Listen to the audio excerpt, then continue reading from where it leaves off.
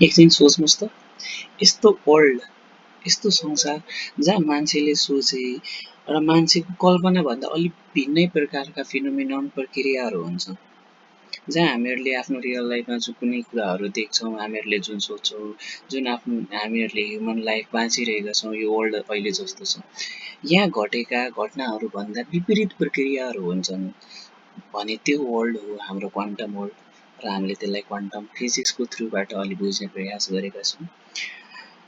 19th सेन्चुरीभन्दा अगाडि हामीसँग फिजिसिस्टहरूसँग classical मेकानिक्सको मात्रै थियो।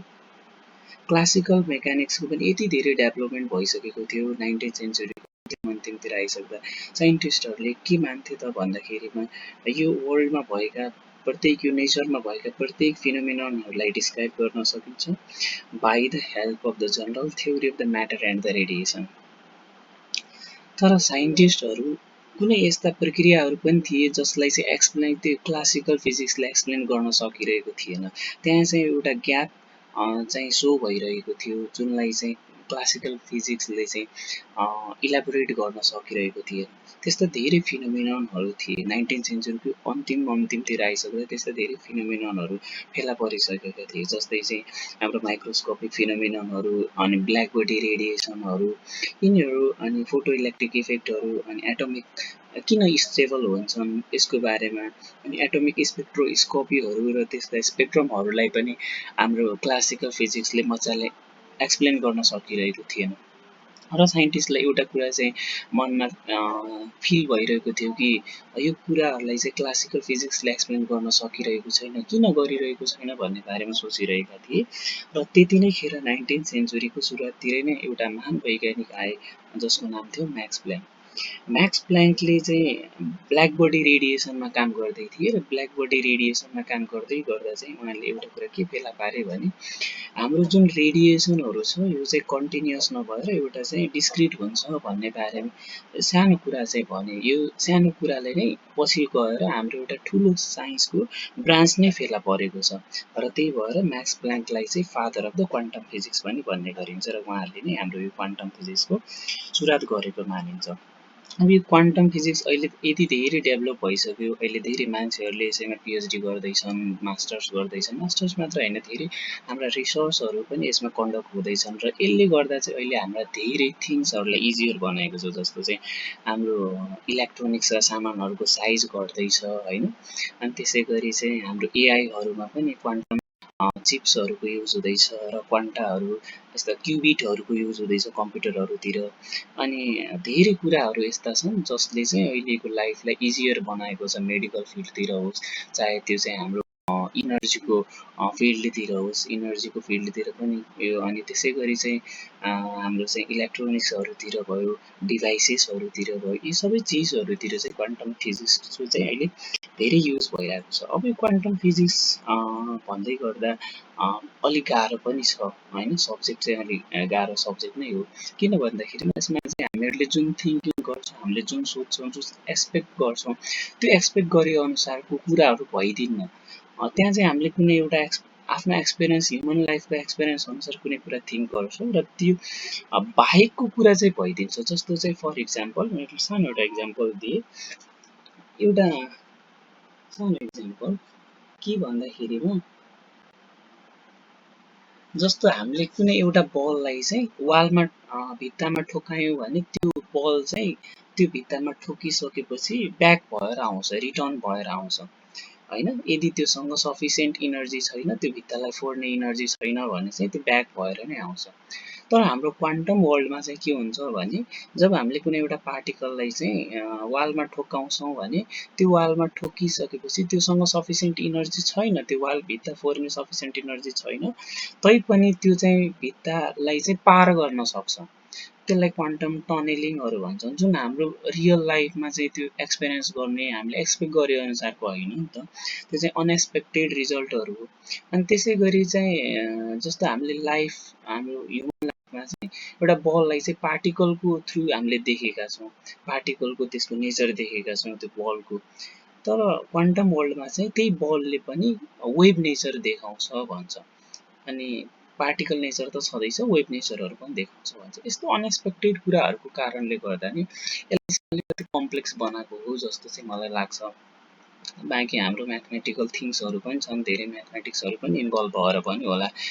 र फोर्थ इयरमा चाहिँ हामीले 100 मार्क्सको यो क्वान्टम फिजिक्सलाई पढ्नुपर्ने हुन्छ। किन भन्दाखेरिमा माथि तपाईँले चाहिँ फिजिक्समा स्पेसलाइजेसन गर्दै हुनुहुन्छ भने यो क्वान्टमको पनि कुराहरू धेरै चिजहरूमा चाहिँ युज भइरहेको हुन्छ। त्यही भएर हामीलाई चाहिँ यो सिलेबसमा दिएको हो जस्तो लाग्छ। अनि यो खासमा चाहिँ क्वान्टम फिजिक्सको हिस्टोरीको बारेमा मैले धेरै कुरा गरिनँ। यसमा चाहिँ हाम्रो सोडिन्जरका कुराहरू छन्, अनि हाम्रो डी ब्रोग्लीको कुराहरू छ, अनि कम्पटन इफेक्टहरूका कुराहरू छन्, आइन्स्टाइनको पनि हेल्प गरेका छन् यसमा फोटो इलेक्ट्रिक इफेक्टको थ्रु। अनि त्यसै गरी हाम्रो चाहिँ हेजनबर्ग अनसर्टेनिटी प्रिन्सिपल पनि भइहाल्यो। यी धेरै कुराहरू त छँदैछन्। आज हामी चाहिँ यो क्वान्टम फिजिक्स चाहिँ के कारणले गर्दा के यस्ता कुराहरू भएर यसको विकास हुन आवश्यकता पर्यो भन्ने बारेमा चाहिँ कुराहरू गर्दैछौँ। हाम्रो क्लासिकल फिजिक्सका के कुराहरू कमी कमजोरीहरू थिए जसले चाहिँ एक्सप्लेन गर्न सकेन, नेचुरल फिनोमिननहरूलाई एक्सप्लेन गर्न सकेन, र साइन्टिस्टहरूलाई चाहिँ के फिल भयो भन्दाखेरिमा एउटा नयाँ ब्रान्चको चाहिँ अब आवश्यकता पर्छ, कि नयाँ एउटा ट्विस्टको चाहिँ आवश्यकता छ जसले चाहिँ यी कुराहरूलाई एक्सप्लेन गरोस् भन्ने चाहिँ साइन्टिस्टहरू चाहन्थे। र त्यसै बेला चाहिँ हाम्रो म्याक्स प्लाङ्क 19th सेन्चुरीमा म्याक्स प्लाङ्क आएर म्याक्स प्लाङ्कले चाहिँ क्वान्टाको कुराहरू गरेर अनि त्यसपछि चाहिँ यो ब्रान्चको चाहिँ डेभलप हुँदै गयो। अब के कुराहरू थिए त क्लासिकल मेकानिक्सकै के कमजोरीहरू थिए भन्ने बारेमा हामी हेर्दैछौँ। सुरुमा त हाम्रो क्लासिकल मेकानिक्स जनरली भनेको न्युटन्सले दिएका कुराहरू छन्। त्यसै गरी अरू साइन्टिस्टहरूको पनि छन् क्लासिकल मेकानिक्समा धेरै कुराहरू छन्। त्यो हामीले 3rd इयरसम्म पढ्यौँ, 1st इयर 2nd इयरमा क्लासिकल मेकानिक्स पढ्यौँ। क्लासिकल मेकानिक्सले हाम्रा माइक्रोस्कोपिक र एज वेल एज मैक्रोस्कोपिक बडीहरूको बारेमा मजाले एक्सप्लेन गर्न सक्छ, जसको चाहिँ स्पिड लाइटको स्पिडभन्दा कम हुन्छ भनेको हामीले नेचरमा देख्ने हाम्रो वर्ल्ड अर्थमा भएका कुराहरूको बारेमा मजाले एक्सप्लेन गर्न सक्छ भन्छ। तर यस्ता केही कुराहरू आए जसलाई चाहिँ क्लासिकल फिजिक्सले एक्सप्लेन गर्न सकेन। ती के कुराहरू थिए भन्दाखेरिमा एटम चाहिँ स्टेबल किन हुन्छ भन्ने बारेमा चाहिँ एक्सप्लेन गर्न सकिरहेका थिएनन्। अब एटमको बारेमा चाहिँ हाम्रो सबैभन्दा पहिले रदरफोर्ड नै हुन् हाम्रो एटमको गोल्ड फोइल एक्सपेरिमेन्ट गराएर एटमको बारेमा चाहिँ पत्ता लगाउने, एटमको बारेमा चाहिँ थ्योरीहरू निकाल्ने। अनि उहाँले चाहिँ इलेक्ट्रोन बिचमा चाहिँ सेन्टरमा न्युक्लियस हुन्छ, अनि त्यसको वरपर चाहिँ त्यो न्युक्लियस चाहिँ प्रोटोन र न्युट्रोनहरूबाट बनेको हुन्छ, र त्यसको वरिपरि इलेक्ट्रोनहरू घुम्छन् भन्थ्यो होइन। अनि यदि कुनै पनि चिज घुमिरहेको छ भने त्यसले पक्कै पनि इनर्जी युज गर्छ, र त्यो इनर्जी युज गर्दैछ भने त्यो इनर्जी चाहिँ घुम्दै गर्दा त त्यसको इनर्जी सकिन पर्ने। अनि त्यो इनर्जी सकियो भने त त्यो इलेक्ट्रोनसँग इनर्जी छैन भने त त्यो कोल्याप्स हुनुपर्ने नि त न्युक्लियसमा होइन। उहाँको भनाइअनुसार त्यही नै थियो। तर खासमा एटम त स्टेबल छ, त्यस्तो त भइरहेको छैन। एटमको इलेक्ट्रोन त घुम्छ तैपनि त्यसले इनर्जी लस गरेर न्युक्लियसमा कोल्याप्स भइरहेको छैन। यो फिनोमिननलाई चाहिँ क्लासिकल फिजिक्सले एक्सप्लेन गर्न सकेका थिएन। According to the classical physics होइन, इलेक्ट्रोन चाहिँ घुम्छ, रेडिएट गर्छ, अनि त्यसै गरी चाहिँ हाम्रो भेलोसिटी जसको चाहिँ डिक्रिज हुँदै जान्छ र लास्टमा न्युक्लियसमा कोल्याप्स हुन्छ भन्छ। यो चाहिँ हाम्रो एटम स्टेबल छ भन्ने कुरालाई भायोलेट गर्दै थियो होइन। यसको विपरीत कन्ट्राडिक्सन ल्याएको थियो यसले। र यो कुरालाई चाहिँ पछि हाम्रो डी ब्रोग्लीले चाहिँ एक्सप्लेन गरेका छन् क्वान्टमको युज गरेर, क्वान्टम कन्सेप्टहरू युज गरेर होइन। अनि दोस्रो कन्सेप्ट चाहिँ दोस्रो इनएडिक्वेन्सी अफ क्लासिकल फिजिक्स चाहिँ के थियो त भन्दाखेरिमा हाम्रो क्लासिकल फिजिक्सले हाइड्रोजनका स्पेक्ट्रमहरूलाई चाहिँ एक्सप्लेन गर्न सकेको थिएन, जुन चाहिँ पछि हाम्रो क्वान्टम थ्योरीले चाहिँ मजाले एक्सप्लेन गरेको छ। त्यो चाहिँ किन हाम्रो हाइड्रोजनले चाहिँ यस्तो स्पेक्ट्रमहरू देखाउँछ। हाइड्रोजन र हाइड्रोजन लाइक एटम भनेको हाम्रो चाहिँ 1 प्रोटोनहरू भएको त्यो प्रब्लमहरू जुन छ त्यसलाई चाहिँ पछि क्वान्टम थ्योरीले चाहिँ एक्सप्लेन गरेको छ। र त्यसै गरी मेन इम्पोर्टेन्ट भनेको यही ब्ल्याक बडी रेडिएसन हो, जुन चाहिँ हाम्रो म्याक्स प्लाङ्कले एक्सप्लेन गरेका थिए। यहीबाट चाहिँ यो कुराबाट चाहिँ यो ब्ल्याक बडीको रेडिएसन एक्सप्लेन गर्दाखेरि नै हाम्रो क्वान्टमको कन्सेप्ट आएको, र त्यसै गरी पछि चाहिँ यसको अझै डेभलप भएको। सोडिन्जर र हाइजनबर्गहरूले अझै त्यसलाई चाहिँ म्याक्स प्लाङ्कहरू भयो डाइरेक्ट पावल डाइरेक्टहरू छन्, यी सबै साइन्टिस्टहरूले मिलेर पछि यसको चाहिँ एक्सप्लेन गरेका। अब के भएको थियो त ब्ल्याक बडी रेडिएसनमा त भन्दाखेरिमा the observed spectrum of the black body radiation or the distribution of the energy in the black body radiation can not explain by the black बडीमा चाहिँ जुन ब्ल्याक बडीको जुन स्पेक्ट्रम देखिँदै थियो त्यसलाई चाहिँ क्लासिकल मेकानिक्सले एक्सप्लेन गर्न सकिरहेको थिएन। अनि यो एक्सप्लेन गर्नको लागि चाहिँ प्ल्याङ्क्सले चाहिँ के भने त भन्दाखेरिमा जुन ब्ल्याक बडी च्याम्बर थियो त्यो चाहिँ हाम्रो रेडिएसनहरूले मात्रै फिलअप भएको हुँदैन कि also there is a simple harmonic ओसिलेटर्सहरू, त्यहाँ चाहिँ एउटा सिम्पल हार्मोनिक ओसिलेटर्सहरू चाहिँ हुन्छन्, रिजोनेटरहरू हुन्छन् भन्छन्। म तपाईँहरूलाई यो सिम्पल हार्मोनिक ओसिलेटर भने के हो भन्ने बारेमा थ्योरी बारेमा बुझाइहाल्नु है। हार्मोनिक ओसिलेटर भने के हो र सिम्पल हार्मोनिक ओसिलेटर भने के हो। जस्तो तपाईँहरूले पिङ छ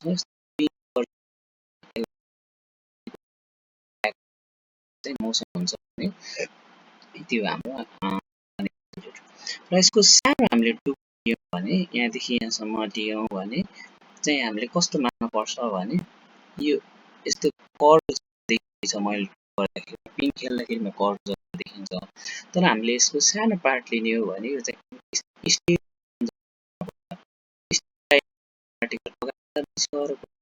पछाडि जाँदैछ भने यस्तो मोसनलाई नै हामीले यो मोसन भन्ने। ओके, मैले यो मेटाएँ। पछि चाहिँ हाम्रो ब्ल्याक बडी चाहिँ रेडिएसनहरूले फिलअप नभएर there is a simple harmonic oscillator रिजोनेटरहरू छन् भन्छ होइन।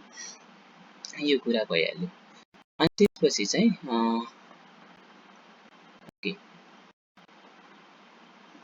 Resonator which can vibrate with जुन रिजोनेटरहरू चाहिँ विभिन्न फ्रिक्वेन्सीहरूमा चाहिँ भाइब्रेट भइरहेको छन् भन्छ। Resonator can not radiate the absorb energy continuously हो मेन कुरा आएको। यहीँबाट चाहिँ हाम्रो के भएको थियो भन्दाखेरि क्वान्टम वर्ल्ड भएको कता छ, कन्टिन्युसली हुँदैन, can not radiate the absorb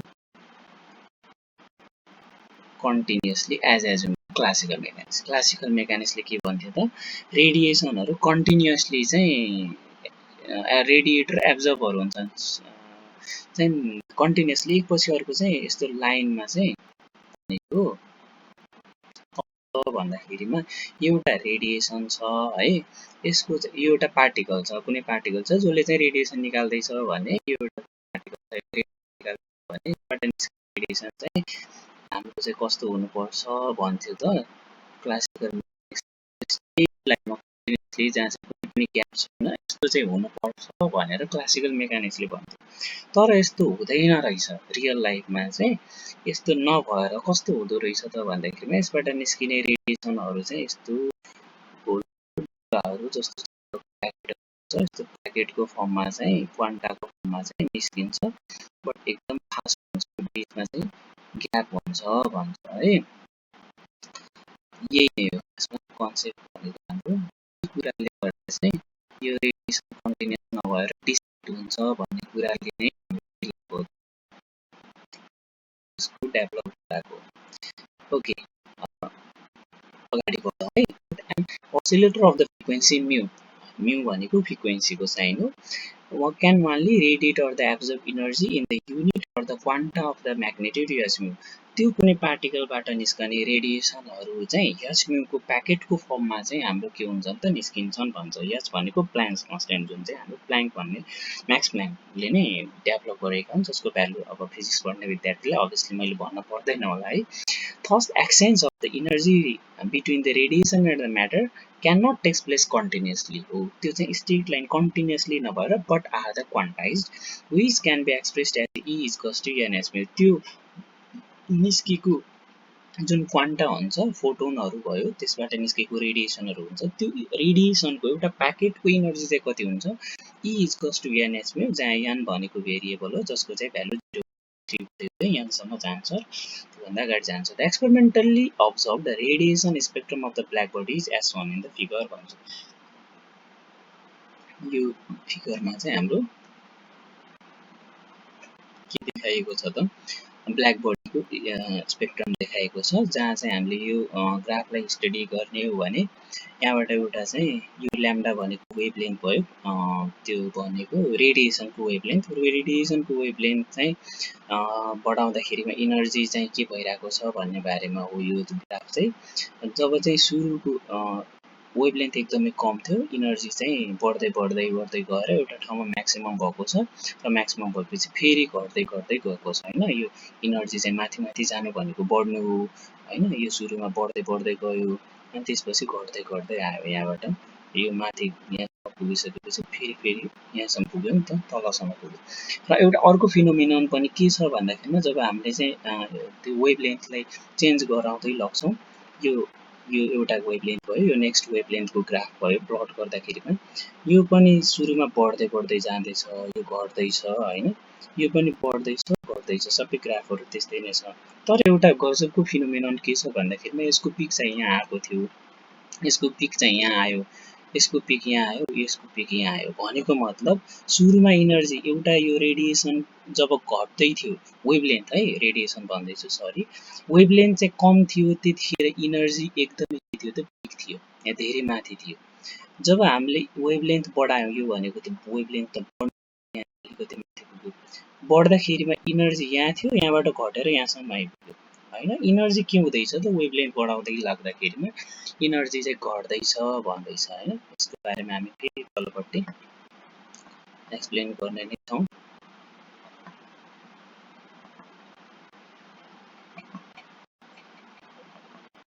in above figure each curve represents the intensity of the radiation भनेको त्यो माथि इनर्जी भन्दै थियो नि ल्याम्डा यता हाम्रो के अरे वाइ एक्सिसमा देखाएको होला with the wavelength for a given temperature अलग अलग टेम्परेचरमा तपाईँले ग्राफ हेर्दाखेरिमा देख्नु पनि भएको होला T1 T2 T3 भन्ने आएको थियो होइन the curve show that at the particular temperature the inner distribution is not uniform among the various wavelength of the radiation emitted by the black body the intensity of the radiation emitted by the source increases सुरुमा के भइरहेको थियो intensity बढ्दै थियो with increases in the wavelength बढाउँदै लग्दाखेरिमा at the particular wavelength it become maximum मैले तपाईलाई देखाएको पनि थियो माथि पिकमा गएको थियो हैन and then decreases पछि घट्दै पनि थियो the wavelength corresponding to the maximum intensity of the radiation decreases with increases in the temperature मैले अघि भनेको यही नै कुरा हो wavelength बढाउँदै लग्दाखेरिमा हाम्रो इन्टेन्सिटी के हुँदै थियो त घट्दै थियो सुरुको वालाको ग्राफ चाहिँ पिक चाहिँ एकदम माथि थियो त्यसपछि अलिकति तल आएको थियो होला त्यसपछिको ग्राफको वाला त अलिकति अझै तल आएको थियो होला यस्तो चाहिँ भइरहेको थियो भन्ने थियो हैन the area under the curve for the particular temperature gives the total energy emitted by the हो त्यो कर्भको अन्डरमा रहेको जुन एरिया छ त्यसले नै हामीलाई के दिँदै थियो त इनर्जी दिँदै थियो त्यो हाम्रो प्याकेटको भनेको एउटा क्वान्टाको त्यो रेडिएसनबाट निस्केको त्यो फोटोनको चाहिँ इनर्जी चाहिँ दिँदै थियो पर सेकेन्डको हैन ओके यो कुराले नै चाहिँ के ल्यायो त भन्दाखेरिमा रिभोल्युसन ल्यायो क्लासिकल फिजिक्समा रिभोल्युसन ल्यायो लाइक एउटा कुनै पार्टिकलबाट निस्कने रेडिएसन कन्टिन्युस नभएर त्यसको चाहिँ के हुन्छ अरे डिस्क्रिट एउटा प्याकेटको फर्ममा चाहिँ रेडिएसनहरू निस्किन्छ भन्छ त्यही रेडिएसन कन्टिन्युस नभएर क्वान्टाको फर्ममा आउँछ भन्ने कन्सेप्टले नै के ल्याएको हो त क्लासिकल फिजिक्समा रिभोल्युसन ल्याएको एकदम इन्ट्रेस्टिङ फिनोमिनन थियो यो कन्सेप्ट पनि एकदमै राम्रो कन्सेप्ट लाग्यो है मलाई त तपाईलाई कस्तो लाग्यो कमेन्ट गर्नु होला classical mechanics can not explain the phenomenon like the photoelectric effect classical फिजिक्सले फोटो इलेक्ट्रिक इफेक्टलाई पनि एक्सप्लेन गर्न सकेको थिएन जुन फोटो इलेक्ट्रिक भनेको हाम्रो आइन्स्टाइनले गरेको एक्सपेरिमेन्ट हो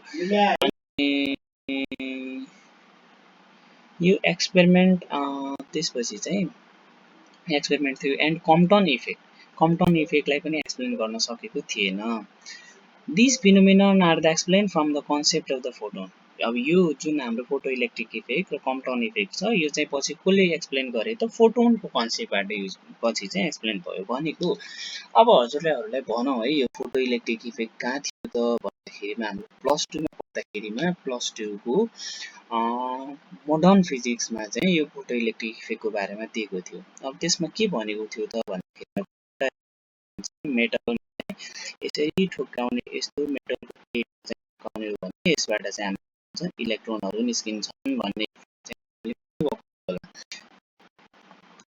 र कुरा मेरो आफ्नो थोरै मैले आफ्नो लाइफको चाहिँ मेरो एक्सपिरियन्स मैले भोगेको एउटा सानो इन्सिडेन्स सेयर गरेँ। मलाई चाहिँ यो गर्दाखेरि हामीलाई म्यामले पढाउनुहुन्थ्यो। अनि रेडिएसन पठायो भने त्यो चाहिँ मेटलबाट इलेक्ट्रोनहरू निस्किन्छन्। त्यो निस्कनको लागि दुईटा इनर्जी चाहिन्छ, एउटा थ्रेसोल्ड इनर्जी अनि हाम्रो चाहिँ त्यो ब्यारियर क्रस गर्नको लागि चाहिँ इनर्जी चाहिन्छ भन्ने थियो। अनि त्यसपछि चाहिँ त्यहाँबाट के निस्किन्छ अरे, रेडिएसन पठाएपछि इलेक्ट्रोन निस्किन्छन्। त्यो इनर्जी सफिसियन्ट इनर्जी पायो भने त्यो इलेक्ट्रोनहरू एक्साइटेड स्टेटमा गएर त्यो मेटल प्लेटभन्दा बाहिर निस्किन्छन् भन्ने थियो।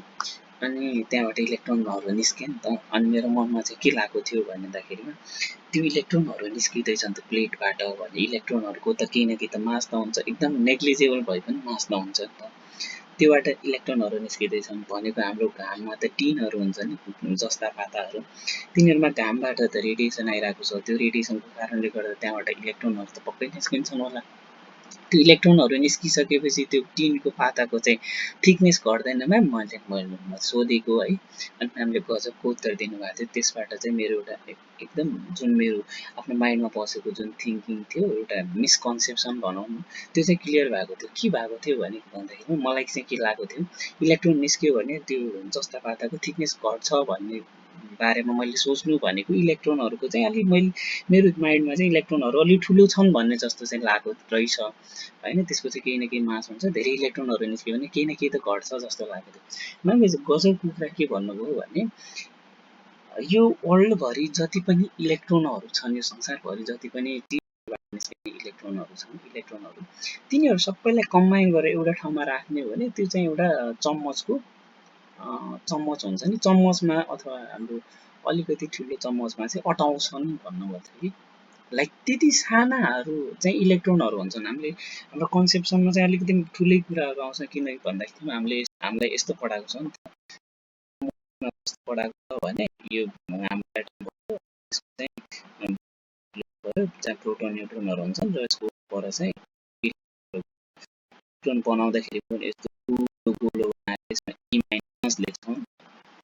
यो मिसकन्सेप्सन चाहिँ त्यहाँबाट भएको थियो। यो फोटो इलेक्ट्रिक इफेक्टको कुरा आएर मैले हजुरहरूलाई यो कुराहरू सेयर गरिहालेँ है। ओके, यो के अरे फोटो इलेक्ट्रिक गर्न सकेको थिएन त।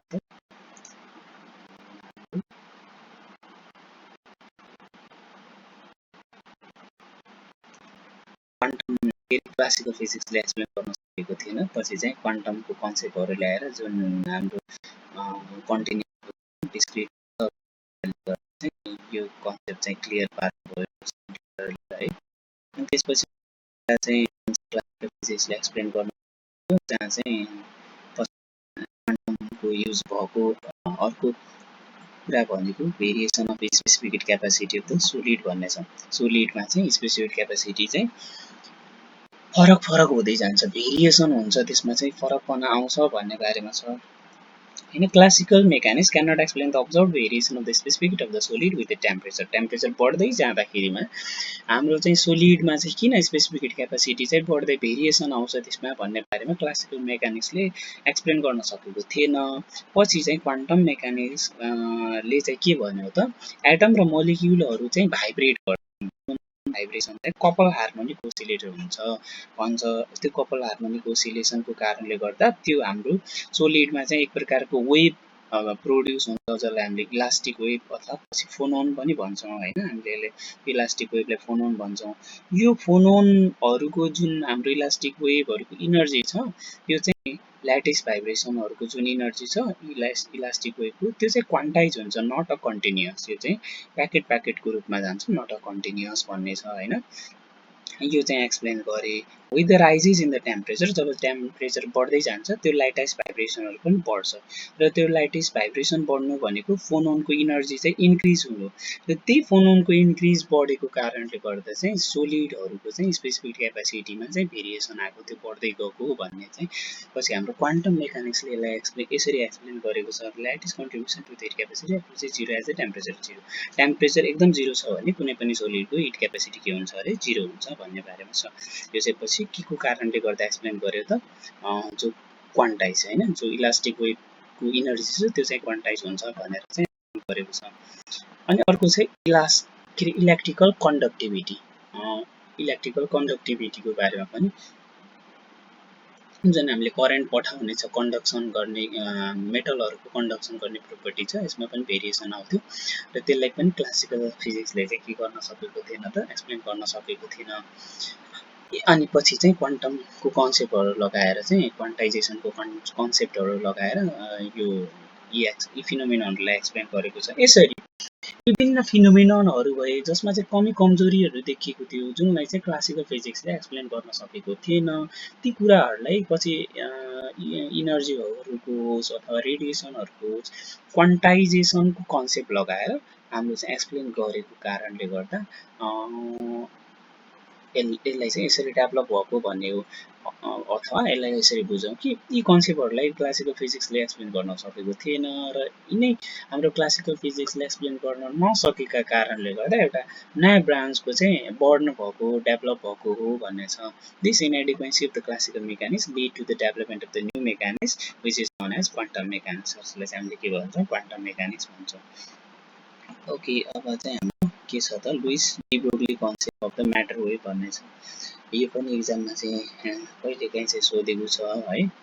मैले यो कन्सेप्ट चाहिँ पढाइनँ, अनि यो कन्सेप्टको बारेमा चाहिँ डिस्कस गर्न सजिलो छ। योभन्दा अलि पछाडिको एउटा चाहिँ कन्सेप्ट हामीले के पढ्छौँ त, एउटा म्याटर चाहिँ कसरी चाहिँ के गर्छ,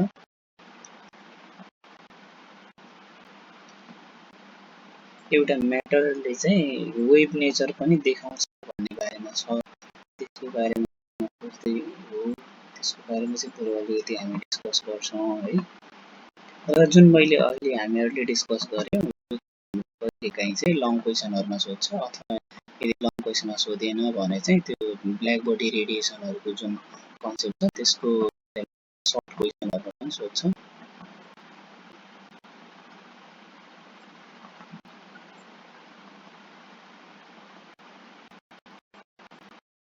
ओके, सबै हाम्रो न्युमेरिकलहरू नै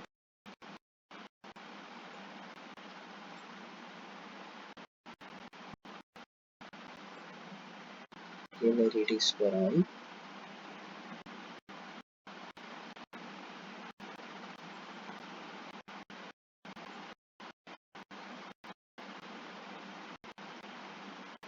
हो, मैले भनेको चाहिँ यही वाला कन्सेप्ट है, डी ब्रोग्ली वेभको फेज भेलोसिटी भन्ने छ। फेज भेलोसिटी भनेको कुनै पनि क्रेस्ट र ट्रफहरू प्रोपागेट हुँदैछ भने यस्तो छ।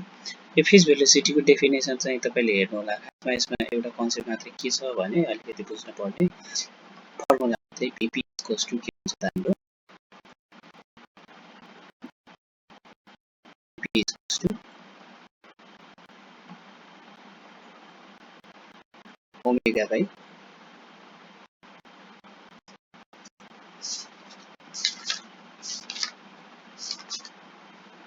ओमेगा बाई के भन्ने छ, ओमेगा अपन के भन्ने छ फेज भेलोसिटीको फर्मुला। यो फर्मुला चाहिँ याद राख्नु होला। अनि एउटा यसको डेफिनेसन पनि, the phase velocity is the velocity of the particular phases in the wave and is the same as a wave velocity. Wave velocity अनुसारको नै फेज भेलोसिटी हुन्छ। त्यो भेलोसिटीलाई, फेजको भेलोसिटीलाई नै फेज भेलोसिटी भन्ने हो कि। फेज भनेको क्रेस्ट र ट्रफको प्रोपागेसन।